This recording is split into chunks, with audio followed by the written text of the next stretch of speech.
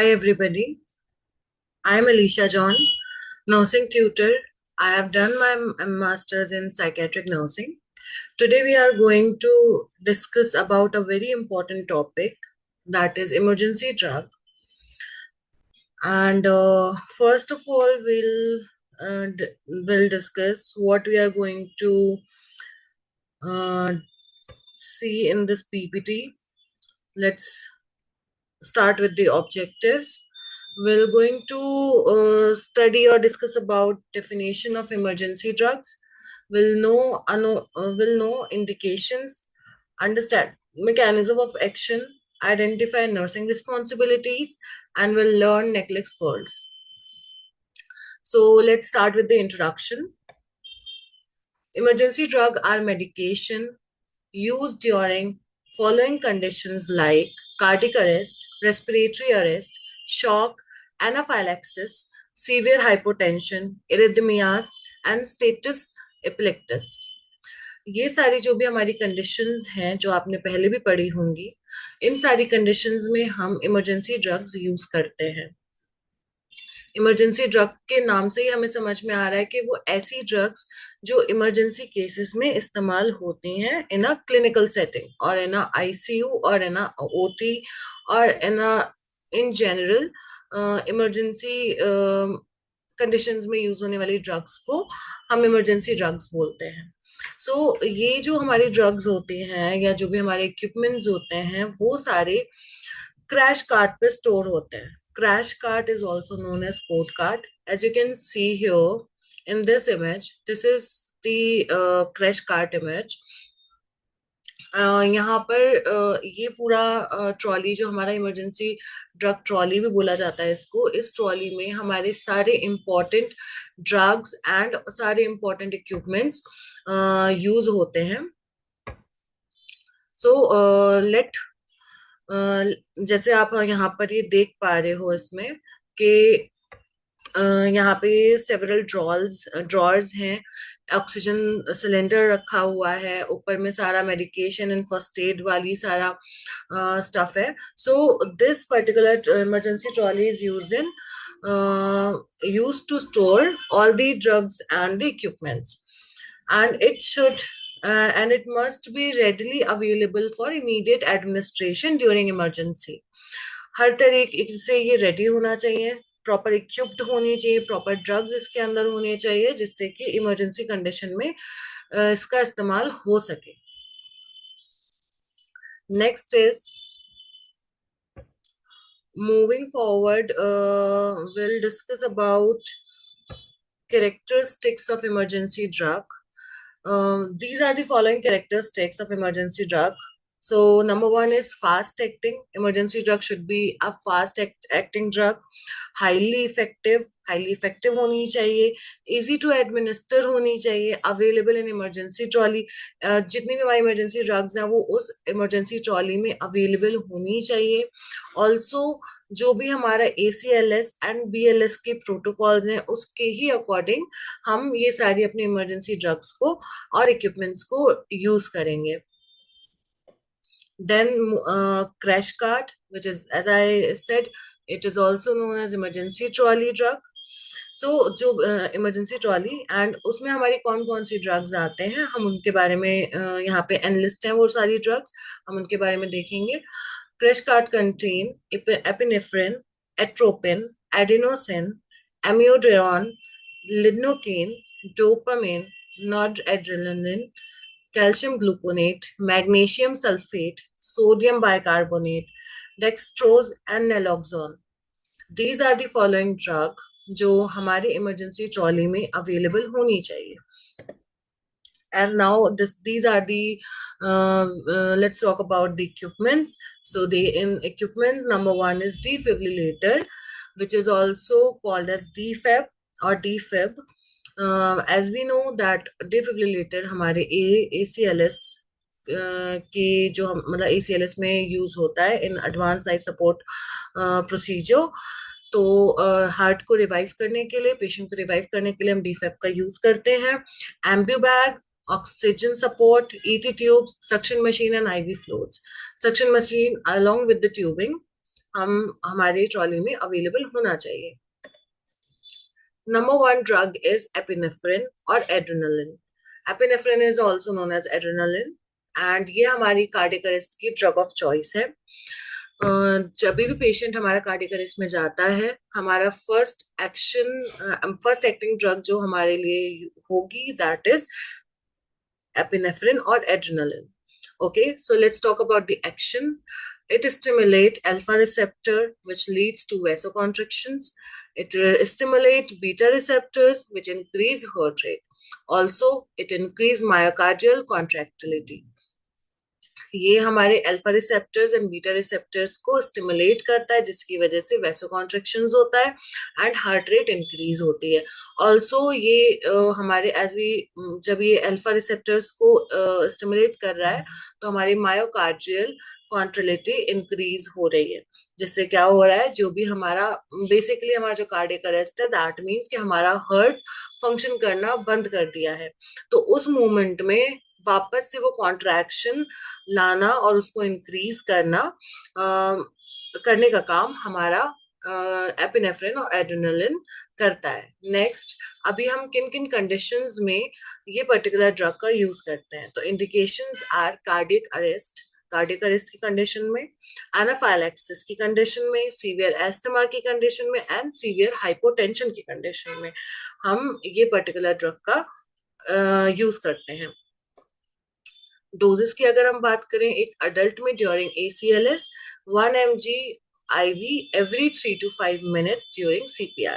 जब हम पेशेंट को CPR प्रोवाइड करवा रहे हैं उस मोमेंट पे हम 1 mg IV के थ्रू इंट्रावेनसली देते हैं every 3 to 5 minutes during the CPR। As a nurse आपकी क्या रिस्पॉन्सिबिलिटी है इस पूरे सिनेरियो में, पूरे सिचुएशन में? So what you will do is, nurse सबसे पहले उसको क्या करेगी, फ्लश करेगी with normal saline, then ECG monitoring, blood pressure monitoring, IV patency को हम चेक करेंगे। As a nurse, these are the responsibilities while administering epinephrine or adrenaline. Next drug is atropine. Atropine is used to increase heart rate when patient is in bradycardia condition. Then उस moment पे हम patient को atropine देते हैं। इसका mechanism of action अगर हम देखें तो ये क्या करता है, हमारा पैरासिम्पथेटिक स्टिमुलेशन को ब्लॉक करता है एंड हमारे हार्ट रेट को इंक्रीज करता है। इसके इंडिकेशंस देखें तो सिम्टोमेटिक ब्रेडिकार्डिया में हम पेशेंट को एज आई सेड कि जब पेशेंट ब्रेडिकार्डिया में जाता है, नॉर्मल हार्ट रेट जो हमारा है that is 60 beat per minute, तो 60 to 100 बीट पर मिनट। तो अगर 60 से बिलो जा रहा है पेशेंट का पल्स रेट या हार्ट रेट, उस मोमेंट में हम एट्रोपिन पेशेंट को देते हैं in the emergency situation. Then dose की अगर हम बात करें तो 1 mg वाया IV and it will repeat every 3 to 5 minute. हम मैक्सिमम टू मैक्सिमम डोज उसको 3 mg देंगे। पेशेंट में एडमिनिस्टर हम 3 mg मैक्सिमम डोज कर सकते हैं। Side effects are dry mouth, blurred vision, tachycardia.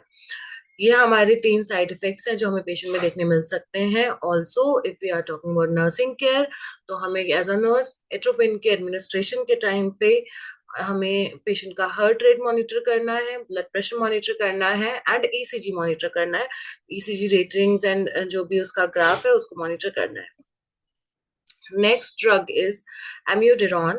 Amiodarone is an antiarrhythmic drug which is used in following condition like ventricular tachycardia and ventricular fibrillation.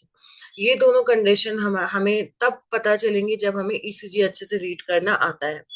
ECG में हमें यहाँ पर ventricular tachycardia and ventricular fibrillation पता चल जाएगा and उस moment में अगर हमें दिख रहा है कि रिदमिक कंडीशन है, रिदम में प्रॉपर जो हमारी हार्ट रेट है वो रिदमिक नहीं है, तो उस कंडीशन में हम एंटी रिदमिक ड्रग्स का यूज करेंगे।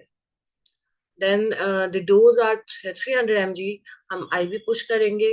सेकेंड डोज हम देंगे 150 mg IV। Side effects are hypotension, अगर हमारा blood pressure normal range that is your 120 two 80 two 80 by 120 mm of Hg, अगर इससे बिलो जा रहा है then we will administer amiodarone. Bradycardia की कंडीशन में pulse rate below than 60 beat per minute है तो हम उसमें एडमिनिस्टर करेंगे। एंड अगर अगर Q also sorry this is the side effects. Hypertension इसका साइड इफेक्ट है, ब्रेडिकार्डिया इसका साइड इफेक्ट है, एंड क्यूटी प्रोलॉन्गेशन इसका साइड इफेक्ट है। क्यूटी प्रोलॉन्गेशन इज हम उसमें हम जो हमारा ईसीजी वेव्स हैं हम उसमें ही देख सकते हैं। जो हमारी क्यूटी वेव है वो बहुत ज्यादा प्रोलॉन्ग्ड होगी, बहुत ज्यादा कर्वी, डेविएटेड या फिर एलिवेटेड होगी। देन उस मोमेंट में हम ये चेक करेंगे कि वो ये साइड इफेक्ट्स हमें देखने मिल सकते हैं वाइल एडमिनिस्ट्रिंग एमिड्यूरॉन। नर्सिंग केयर यहाँ पर यही है कि हमें ईसीजी मॉनिटरिंग करनी है। Next is your adenosine. Adenosine is a drug of choice for supraventricular tachycardia. Supraventricular tachycardia की कंडीशन में हम एडिनोसिन पेशेंट में एडमिनिस्टर करवाएंगे। डोजेस हमारी जो है वो 6 mg रैपिड आईवी पुश करेंगे। अगर इनफेक्टिव है देन हम डोज बढ़ा के वापस से 12 mg रैपिडली आईवी पुश करेंगे। एडमिनिस्ट्रेशन टिप्स हमारी क्या है इसमें कि फर्स्ट ऑफ ऑल कि हम रैपिड आईवी पुश दे रहे हैं। सेकेंड ऑफ ऑल कि फ्लश करेंगे हम इमीडिएटली विद 20 ml NS के साथ में। एंड हम इसके लिए एडमिनिस्ट्रेशन के लिए हम लार्ज वेन का इस्तेमाल करते हैं, like your femoral and your brachial vein और आर्टरी। एंड देन हमारा पेशेंट इस मोमेंट में whenever we are administering adenosine, हम अब जो हमारा पेशेंट है उसको चेस्ट डिस्कम्फर्ट हो सकता है, फ्लशिंग हो सकती है, ब्रीफ स्टोल हो सकता है। एंड ये जो हमारे तीनों कंडीशंस हैं, तीनों इश्यूज हैं वो हमें एक्सपेक्टेड है इस पर्टिकुलर ड्रग एडमिनिस्ट्रेशन के टाइम पर। Next drug is vasopressor. Vasopressor की कैटेगरीज हैं एंड उसमें मेनली हमारा जो सबसे पहले आता है that is dopamine. Dopamine is used in shock and severe hypotension.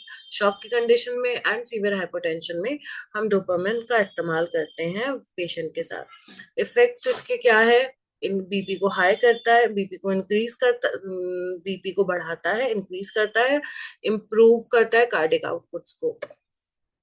Next हमारा वेसोप्रेसर है noradrenaline which is also known as norepinephrine. ये हमारा सेप्टिक शॉक का ड्रग ऑफ चॉइस है। सेप्टिक शॉक में अगर पेशेंट है देन हम सबसे हमारा इमीडिएट एक्शन एक्टिंग ड्रग जो हमारा होगा वो नॉर एपिनेफ्रिन या नॉर एड्रेनालिन होगा। इस मोमेंट में हमें क्या मॉनिटर करना है कि हम ब्लड प्रेशर मॉनिटर करेंगे पेशेंट का, यूरिन आउटपुट मॉनिटर करेंगे, पेरिफेरल परफ्यूजन को मॉनिटर करेंगे। एंड ये पर्टिकुलर ड्रग जो है हमारी आईवी के बजाय हम सेंट्रल लाइन से एडमिनिस्टर करेंगे।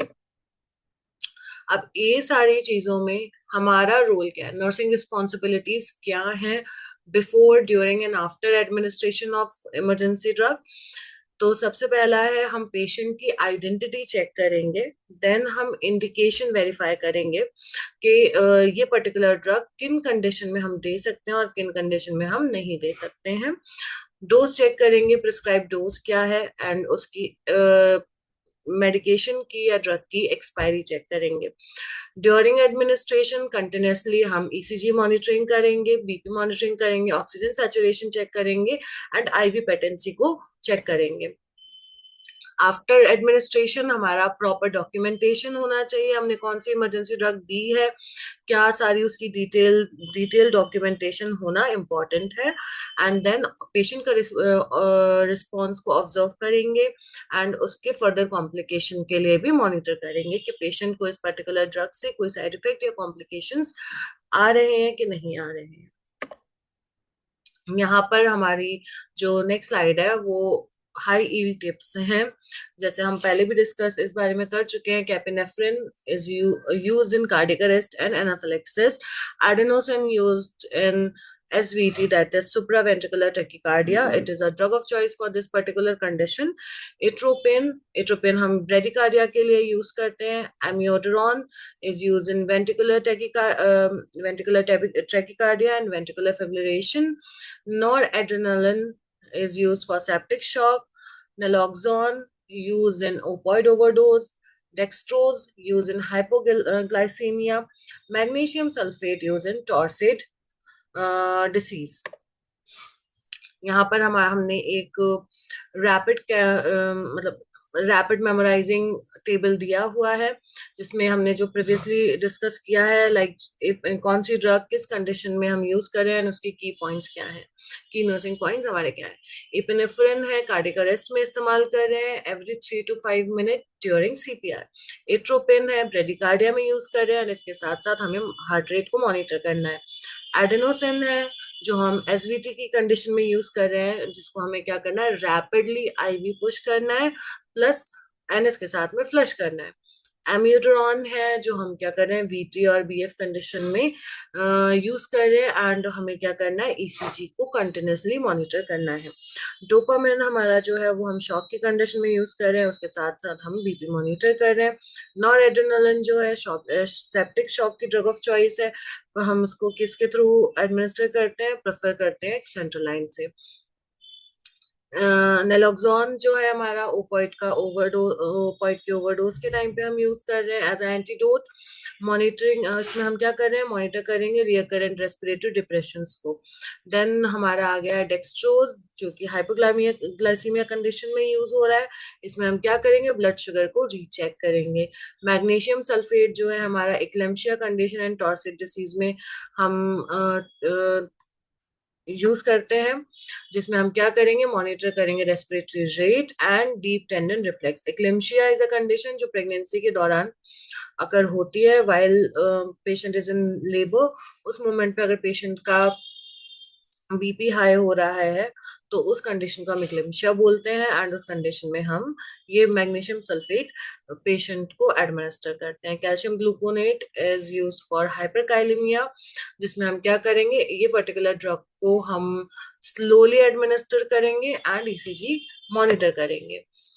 यहाँ पर कुछ क्वेश्चंस हैं जो प्रीवियसली रिपीटेटिवली पूछे गए हैं, तो उसको हम एक बार देखेंगे। Which drug is the first line medication during adult cardiac arrest? That as we have discussed that this drug is epinephrine. Then which drug is the first line treatment for stable SVT? That is adenosine, as we have already discussed. And then which drug reverse opioid overdose? Then as we have discussed, naloxone. So in this particular topic, what we have studied, what we have discussed is that emergency drugs are life-saving medication used during critical events like cardiac arrest, severe hypotension, and so on. Nurses must know the indication, dose, route, and monitoring for each drug. ये particular सारी during the administration ACLS guidelines को and institutional protocol को हम follow करेंगे during emergency. Timely administration and continuous monitoring and accurate documentation improve patient outcome. हम हर बार यही चीज बोलते हैं कि हमें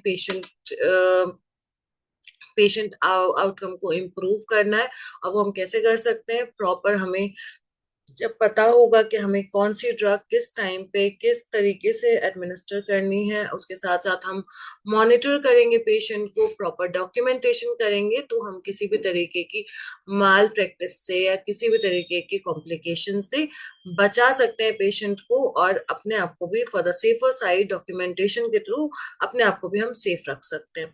so this is all about the topic emergency drug. I hope you'll get enough information and enough guidance about this topic. If you have any question regarding this particular topic, you can ask, or you can put your comments down in the comment box or in the meeting room. And yeah, that's it. Thank you so much.